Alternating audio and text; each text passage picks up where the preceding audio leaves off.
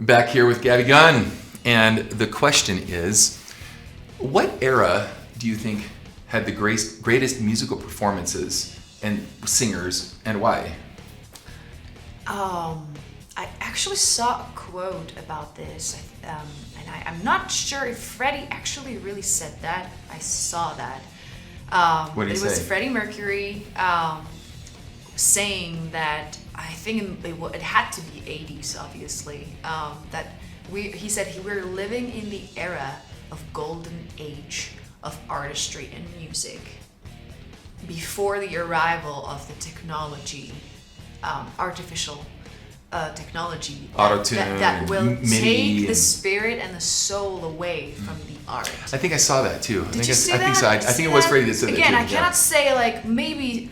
Might have been someone I don't else know that if said it. he ever said that, but I saw it like with his name. So then, is it the 80s? It really hit me really hard, personally.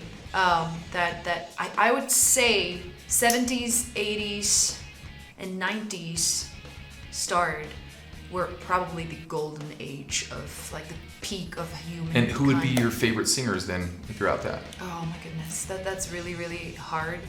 I just feel like many of the singers and the musicians really were striving for greatness.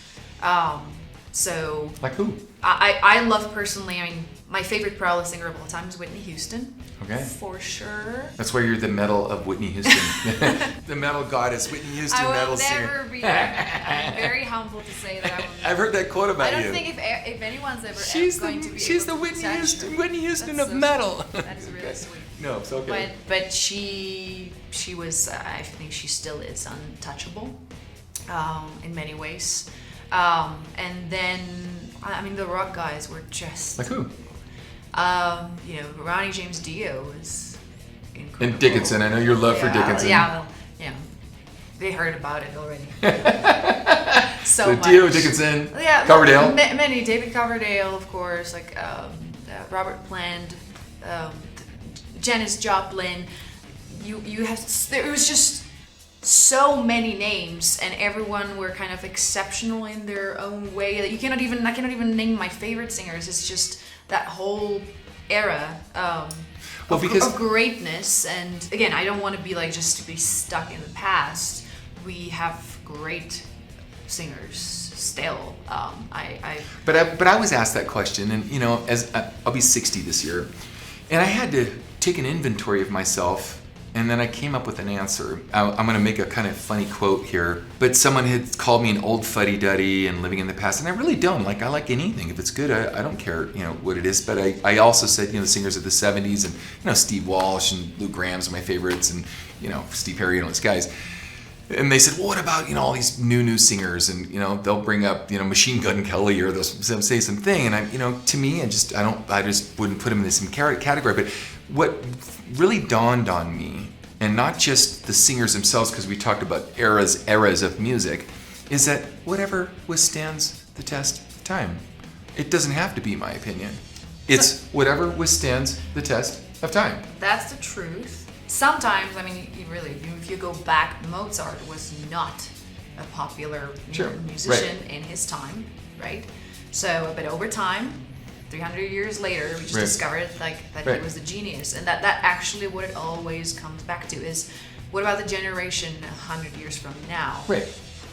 That's who are they going to listen? Right. What will be their influence? Absolutely. So it's not so much my opinion; it's the opinion of time. Father Time is going to decide for me. I don't have to do it. Now, if it is my opinion, and someone says that, I would have to say, the maybe late 60s, early 70s. I don't care if it's John Fogerty. I don't care if it's Tom Jones, like whatever, what genre. But even people that I wouldn't nominate as being like the best singers, like an Elton John, he has written so many incredible songs over time. Or we could go down this list, Freddie Mercury and so forth, all these people.